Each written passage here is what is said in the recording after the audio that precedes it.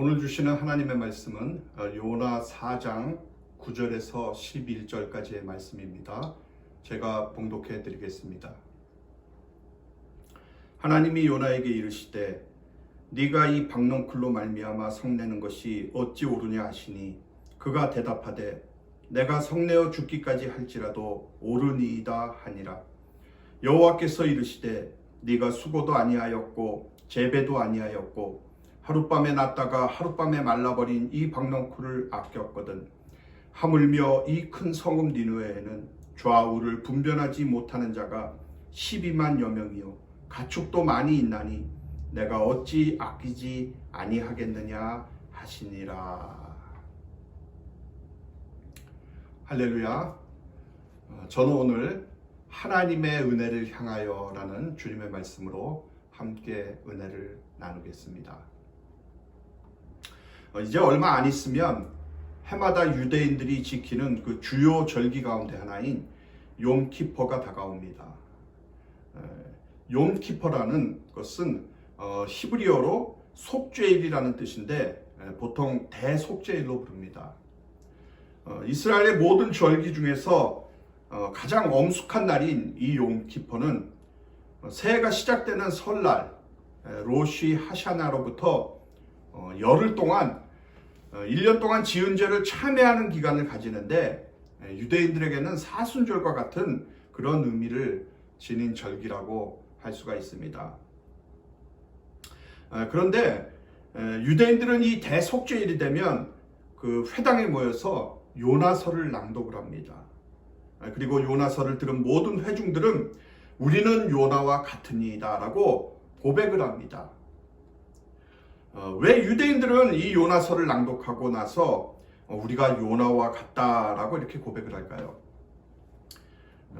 이스라엘 사람들이 우리는 요나와 같으니이다 라고 이렇게 고백을 하는 것은 자신들이 바로 요나와 같이 불순종하며 살았고 다른 사람을 용서하지 못하며 살았다는 것을 고백하는 것입니다. 그리고 하나님을 거역한 요나 또는 멸망해야만 할 니느웨가 회개하였을 때에 그들을 용서해 주시는 그 하나님의 은혜를 보면서 자신들이 회개하면 언제든지 하나님께서 용서를 해 주실 것이라는 것을 확신할 수가 있었던 것이었습니다. 오늘 우리는 요나서의 마지막 말씀에 도달을 했습니다. 요나는 우리의 자화상이라고 말씀을 드렸습니다. 요나는 어떤 사람이었습니까? 하나님으로부터 고귀한 사명을 받았고 큰 역사를 경험한 선지자였습니다. 그러나 그는 자신의 뒤틀린 자화상 때문에 하나님 앞에서 모든 매사가 부정적이었고 불순종으로 반응을 했습니다. 근데 하나님은 그런 요나를 변화시키기 위해서 그를 고난 속으로 들어가게 하셨고 요나는 그 고난 속에서 잠시 고집을 내려놓았다가 그 고난에서 벗어나게 되었을 때 또다시 자신의 뒤틀린 옛 자아에 지배된 삶으로 돌아가 버렸습니다. 그래서 하나님이 니느웨 사람들을 구원하실 때 그것을 받아들일 수가 없어서 사명의 자리를 도망쳐 버렸고 끝까지 왜곡된 그 옛 자아를 따라서 행동을 했습니다. 그런데도 하나님은 그 요나를 포기하지 않고 그를 고치시기 위해서 열심을 내셨습니다. 그 방법이 무엇입니까? 바로 질문을 던지고 대답을 원하시는 것이었습니다. 하나님은 요나서 4장에서 요나에게 3번에 걸쳐 질문을 던졌습니다. 첫 번째 질문은 4장 4절입니다. 여호와께서 이르시되 네가 성내는 것이 옳으냐라고 물으셨습니다. 이 질문에 대해 요나는 아무것도 대답을 하지 않고 그냥 성을 뛰쳐나가 버렸습니다. 그리고는 성읍 동쪽에 초막을 짓고 끝까지 니느웨 성이 정말 멸망할 것을 기대를 하면서 앉아서 지켜보았습니다. 두 번째 질문은 4장 9절입니다. 하나님이 요나에게 이르시되 네가 이 박넝쿨로 말미암아 성내는 것이 어찌 옳으냐라고 이렇게 물으셨습니다. 요나는 내가 성내어 죽기까지 할지라도 옳으니이다 라고 이렇게 대답을 합니다. 첫 번째 물음에 대해서 아무런 대답도 없이 성을 뛰쳐나갔던 요나가 두 번째 물음에는 분이 가득한 채 겨우 대답한 것이 자기의 행동이 옳다라고 이렇게 주장을 한 것입니다. 또 하나님은 4장 10절과 11절에서 세 번째 질문을 하셨습니다. 여호와께서 이르시되 네가 수고도 아니하였고 재배도 아니하였고 하룻밤에 났다가 하룻밤에 말라버린 이 박넝쿨을 아꼈거든. 하물며 이 큰 성읍 니느웨에는 좌우를 분별하지 못하는 자가 12만여 명이요 가축도 많이 있나니 내가 어찌 아끼지 아니하겠느냐라고 이렇게 질문을 던지셨습니다. 요나의 대답은 무엇입니까? 아무런 대답이 없습니다. 여러분, 요나서는 요나의 대답은 없고 하나님의 질문으로 끝을 냅니다. 왜 그랬을까요? 하나님의 마지막 질문은 요나의 혀를 꽁꽁 묶어버렸습니다. 그렇습니다. 하나님의 질문들은 모두가 우리의 마음을 꼭꼭 찌르고 깊이 박히게 합니다. 그러므로 지금 우리가 관심을 갖는 이 질문은 요나에게 하신 것이 아니라 바로 우리들에게 하시는 것이고, 요나가 회개해야 할 것이 아니라 우리가 회개해야 할 것이고, 요나가 구원받아야 할 것이 아니라 우리가 구원받아야 하는 것입니다. 그러므로 하나님께서는 우리에게 대답을 요구하시는 거예요. 하나님의 질문에 대해서 우리는 어떻게 대답하는 것이 옳은가를 지금 선택을 하라고 하시는 겁니다. 하나님은 우리의 모든 것이 하나님의 은혜임을 고백하기를 원하시는 것입니다. 요나서의 메시지 중에서 가장 중요한 중에 하나는 그 누구라도, 심지어 성공한 선지자라도 하나님의 은혜에 무지할 수가 있다라는 것입니다. 여러분, 요나만큼 구약에 못난 선지자가 또 있었을까요? 예레미야와 하박국은 하나님이 전달하라고 주신 그 메시지를 놓고 얼마나 많은 고민을 했는지 모릅니다. 그러나 요나는 하나님의 말씀을 전하지 않고 말 그대로 주님을 피해서 달아나 버렸습니다.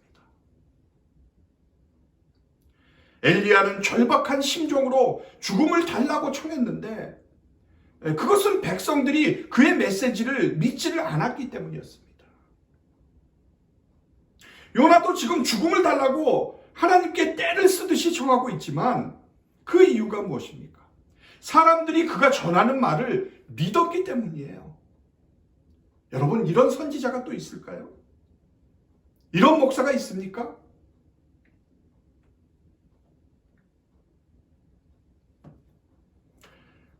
요나가 자기 민족을 사랑하고 자기 나라를 사랑한 그 애국심은 선한 것이었습니다.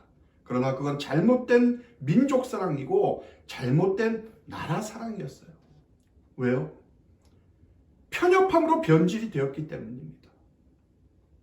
무슨 말씀입니까? 여러분, 무엇이든 간에 우리가 사는 목적이 실제로 우리를 소유하는 법입니다. 우리는 우리 자신을 지배하지 못합니다. 우리가 사는 목적과 가장 사랑하는 바로 그것이 우리를 지배하는 것입니다. 요나가 선지자로서 하나님을 섬기는 일이 자신의 조국인 이스라엘에 대한 그의 목표와 조화를 이루는 동안에는 요나는 하나님께 대한 불만이 전혀 없었습니다.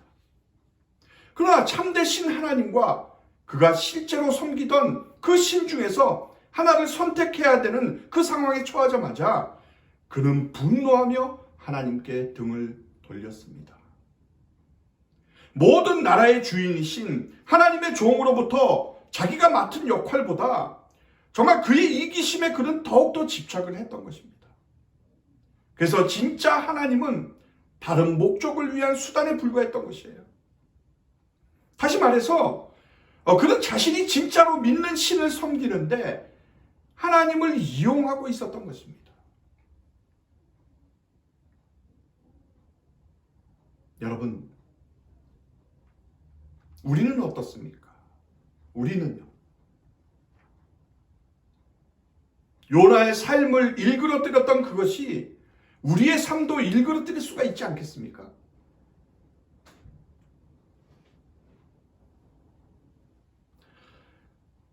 (4장 6절과 7절에서) 박넝쿨을 예비하신 하나님은 벌레도 예비를 하셨습니다. 그리고 박넝쿨을 갉아먹게 하신 것입니다. 그리고는 거기서 끝나질 않고 8절에 뜨거운 동풍도 예비하셨습니다. 하나님은 박넝쿨도 벌레도 뜨거운 동풍도 다 거느리시는 하나님이십니다. 이 만물을 가지고, 그러나 만물의 영장인 인간을 향해 가르치시고 섭리하시는 그 하나님을 우리는 요나서에서 우리가 볼 수가 있어야 합니다. 자, 이 뜨거운 동풍이 불어오자 지금까지 요나를 시원하게 만들었던 그늘이 사라진 것입니다. 주저앉아버린, 사명을 상실해버린 그 요나에게 유일한 위로였고 유일한 기쁨이었던 이 박넝쿨, 그 그늘이 이제는 사라져버린 것입니다. 그러자 본문 9절에 보니까 하나님이 요나에게 이르시되 네가 이 박넝쿨로 말미암아 성내는 것이 어찌 옳으냐 하시니 그가 대답하되 내가 성내어 죽기까지 할지라도 옳으니이다 라고 이렇게 말을 합니다. 여러분, 결국 박넝쿨 그늘이라는 것은 무엇이죠? 오래 갈 수 없는 가치, 하루살이의 가치에 불과한 것이 아니겠습니까? 근데 거기에 지금 요나가 매달리고 있다는 것입니다. 여러분, 요나만 그럴까요? 요나만 그렇겠습니까? 우리는 어떻습니까? 고귀한 은혜를 잃어버리고 고귀한 사명을 잃어버리면 우리는 저급한 가치에 매달려 살 수밖에 없다는 것이 오늘 요나서를 통해서 우리에게 주시는 메시지입니다. 결국 오래가지 못할 그 일시적 보호, 일시적 위로, 일시적 쾌락에 매달려 인생을 살고 있는 우리의 모습을 우리는 요나서를 통해서 볼 수 있어야 하는 것입니다.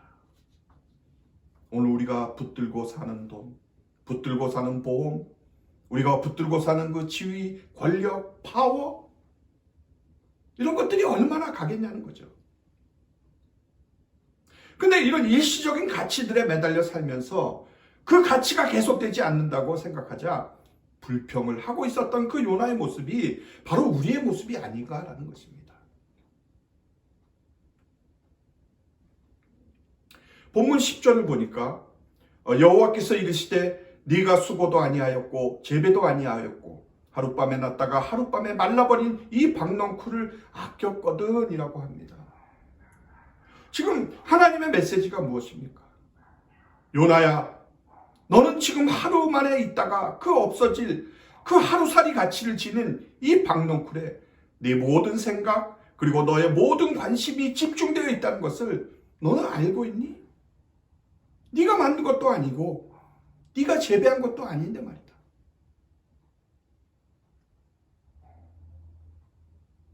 자, 그렇다면 우리가 올인하고 있는 우리의 가치관은 도대체 뭘까요?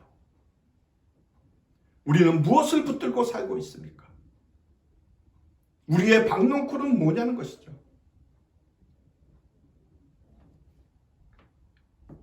여러분, 우리가 정말 하나님 앞에 간절하게 기도했던 것이 무엇입니까?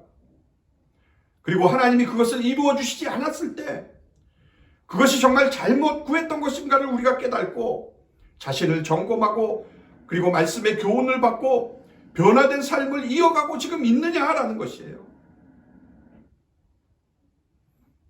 아니면 사는 것보다 죽는 것이 낫겠다라고 이렇게 하나님께 요나처럼 때를 쓰면서 원망하며 불평을 늘어놓고 있지는 않냐라는 것입니다.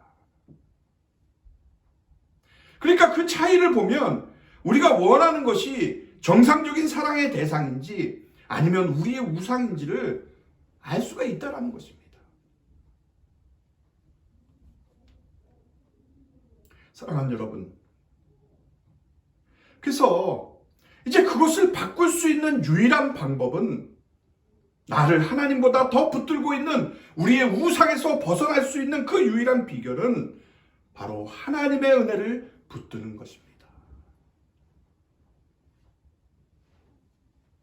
오늘 요나가 두려움과 선입견에 사로잡히고 정서적으로 무너진 것은 그 모두가 이 은혜의 실체에 대해서 눈을 뜨지 못한 것이었습니다. 그러므로 하나님의 주된 목적은 요나가 은혜를 이해하게 그렇게 만드시는 것이었어요. 은혜 앞에 항복한 자만이 하나님의 길을 갈 수가 있기 때문에,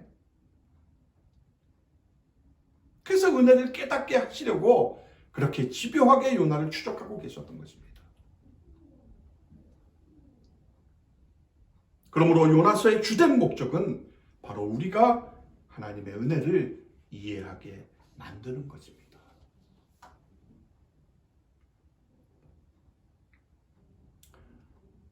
여러분, 박넝쿨이 무엇입니까? 하나님이 요나에게 은혜로 주신 선물이었습니다. 요나가 길러낸 것이 아니었어요.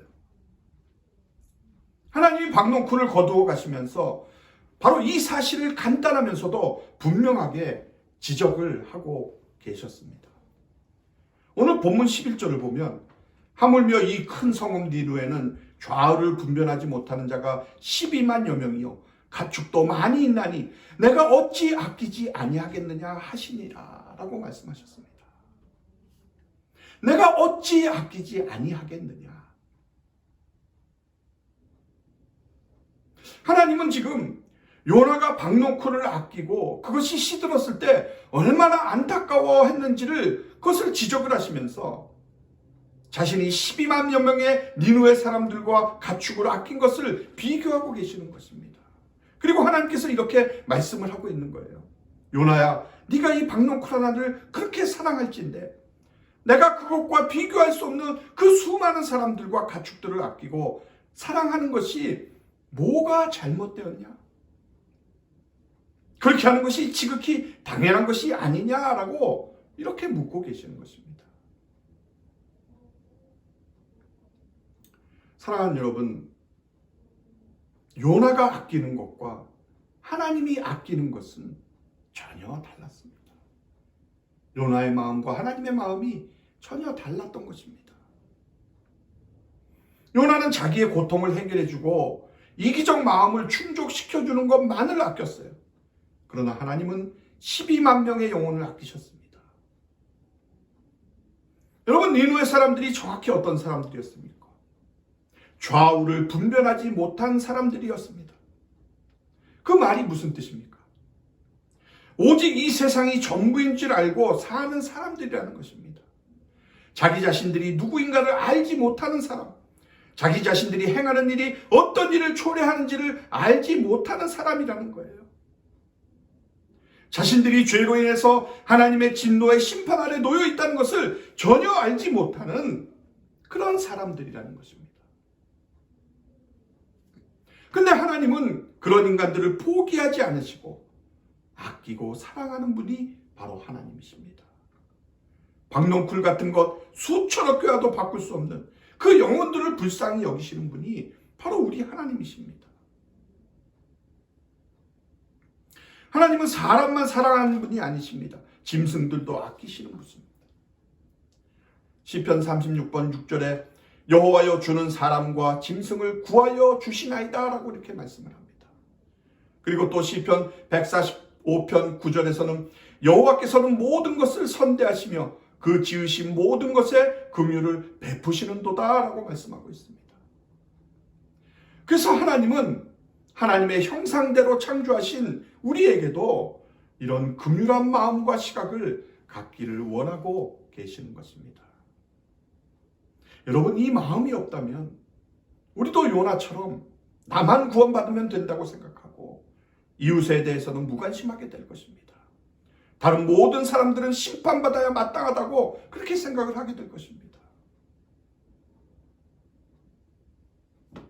여러분, 여기 아낀다라는 단어는 불쌍히 여긴다, 긍휼히 여긴다라는 단어와 똑같은 의미입니다.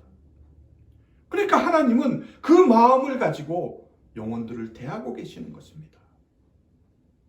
여러분, 그렇다면 우리는 어떻게 하는 것이 마땅하겠습니까? 사랑하는 성도 여러분, 우리는 요나와 같습니다. 하나님의 은혜가 필요한 존재들입니다. 그러므로 우리의 긍휼이 하나님의 긍휼을 닮으려면 자기 보호라는 그 세계를 버려야 합니다. 이기심이라는 그 세계를 버려야 됩니다. 은혜의 하나님은 지금 저 구름 위에 앉아서 우리를 지켜보시며 그저 안 됐다고 생각하실 수만은 없으셨어요. 그래서 하나님은 친히 우리를 위해 이 땅에 오셔서 인간의 본성을 취하시고 인간의 몸을 입고 우리의 상황과 문제 안으로 들어오셔서 우리와 동행을 하셨습니다. 여러분, 그러므로 만약 이 어려운 시기에 정말 어려운 시간을 보내는 분들이 우리 주위에 있다면 바쁘다는 핑계를 대지 말고 그들과 함께 하실 수 있기를 바랍니다. 우리 주님께서 그렇게 하신 것처럼 그 고통의 터널을 그들과 함께 걸으시기 바랍니다. 물론 그러다 보면 울게도 되겠죠. 마음이 아플 것입니다. 그런데 바로 그것이 하나님이 우리를 위해서 하신 일입니다.